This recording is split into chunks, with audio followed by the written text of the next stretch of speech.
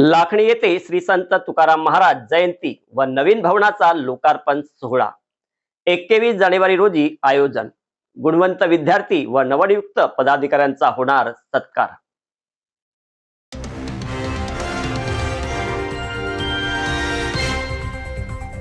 श्री संत तुकाराम बहुउद्देशीय सेवाभावी संस्था आणि कुणबी समाज सेवा मंडळ लाखणी यांच्या संयुक्त विद्यमाने दरवर्षीप्रमाणे याही वर्षी श्री संत तुकाराम महाराज जयंती उत्सव व नवीन समाज भवनाचा लोकार्पण सोहळा आणि वार्षिक स्नेहमेळाव्याचे भव्य आयोजन करण्यात आले आहे.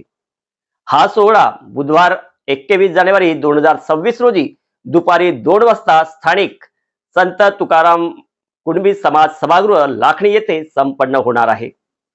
कार्यक्रमाचे उद्घाटक म्हणून साकोली विधानसभा क्षेत्राचे आमदार नानाभाऊ पटोले हे उपस्थित राहणार आहेत. कार्यक्रमाच्या अध्यक्षस्थानी भंडारा गोंदिया लोकसभा क्षेत्राचे खासदार डॉक्टर प्रशांत पडोळे उपस्थित राहतील. विशेष अतिथी म्हणून विधान परिषद सदस्य डॉक्टर परिणय फुके यांची उपस्थिती लाभणार आहे.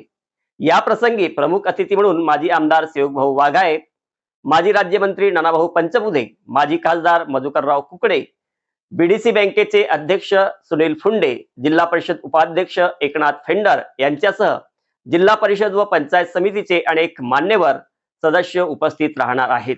दुपारी 2 वाजेपासून कार्यक्रमाला सुरुवात होणार असून यामध्ये प्रारंभी श्री संत तुकाराम महाराज व छत्रपती शिवाजी महाराज यांच्या प्रतिमेचे पूजन करण्यात येईल.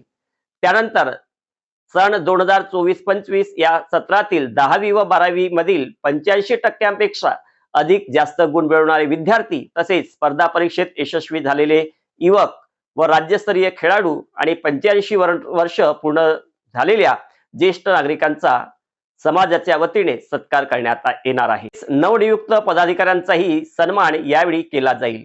महिलांसाठी हळदी कुंकू व वाण वाटपाचा कार्यक्रम आयोजित असून शेवटी महाप्रसादाने सांगता होणार आहे. सामूहिक विवाह सोहळ्याचे नियोजन संत तुकाराम बहुउद्देशीय संस्थेमार्फत 19 एप्रिल 2026 रोजी सामूहिक विवाह सोहळ्याचे आयोजन करण्याचे प्रस्तावित आहे.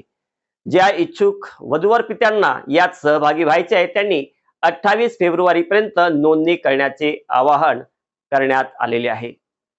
कार्यक्रमाला मोठ्या संख्येने उपस्थित राहण्याचं आवाहन मंडळाचे अध्यक्ष जयकृष्ण फेंडरकर, उपाध्यक्ष उमराव आठवडे, सचिव रामदास सार्वे, सहसचिव गंगाधर लुटे, कोषाध्यक्ष माधुराव भोयर व सर्व संचालक मंडळाने केलेले आहे.